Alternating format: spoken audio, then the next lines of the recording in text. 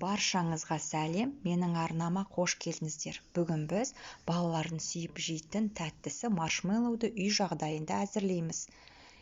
Ең алдымен біз маршмеллоуды құятын ыдысымыз, яғни формамызды дайындап алуымыз қажет. Ол үшін шұңғыл ыдысқа пищевой пленкамызды салып, әбден барлық жерін майлап шығамыз.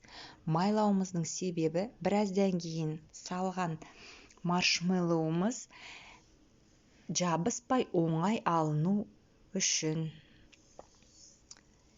Келесі кезекте 60 мл суға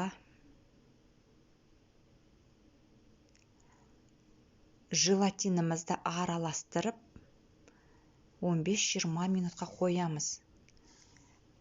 Біздің желатиніміз ісіну қажет. Екінші ыдысымызды алып, оған қантпенен суымызды әбден араластырып аламыз. Әбден араластырған массамызды баяу оттың үстіне қоямыз. Үнемі араластырып отыру қажет. Қантымыз толықтай езіліп, сулы қантты масса пайда болу қажет. Видеоны соңына дейін қарап, лайк басып, комментарий жазуды ұмытпаңыздар. Мінекей, бұл массамыз дайын. Енді екінші массамызға ораламыз. Бұл жерде мінекей біздің желатиніміз дайын. Бұл ісінген желатинімізді енді водяной баняға қойып, араластыра отырып, біз бұны су болғанша шейін ерітуіміз қажет. Осы аралықта біздің жаңағы суыған қантты массамыз да дайын. Оны ыдысқа салып, баяу миксердің жылдамдығымен миксерлейміз.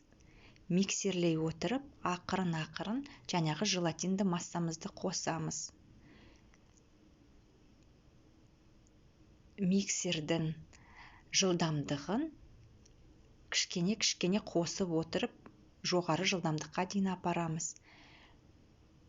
Шамамен 6-7 минут миксерлеген кезде біздің осындай масса болады. Осылай созылып тұру керек массамыз әппақ болып.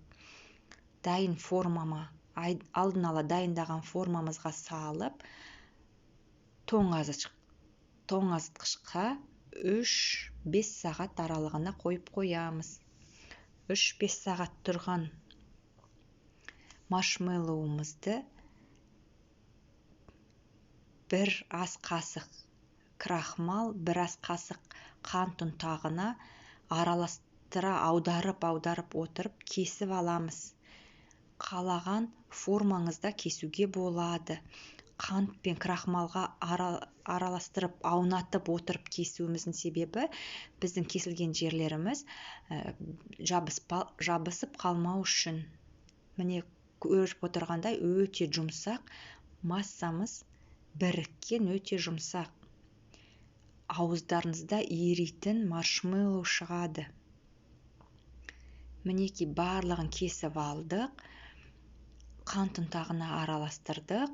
Мінекей жұп-жұмсақ үлпілдек маршмеллоуымыз дайын. Менің арнамда әлі де талай тәтті дәмді рецепттермен бөлісетін боламын. Сіздермен бірге болған арайлым. Менімен бірге болыңыздар. Ас болсын. Рахмет.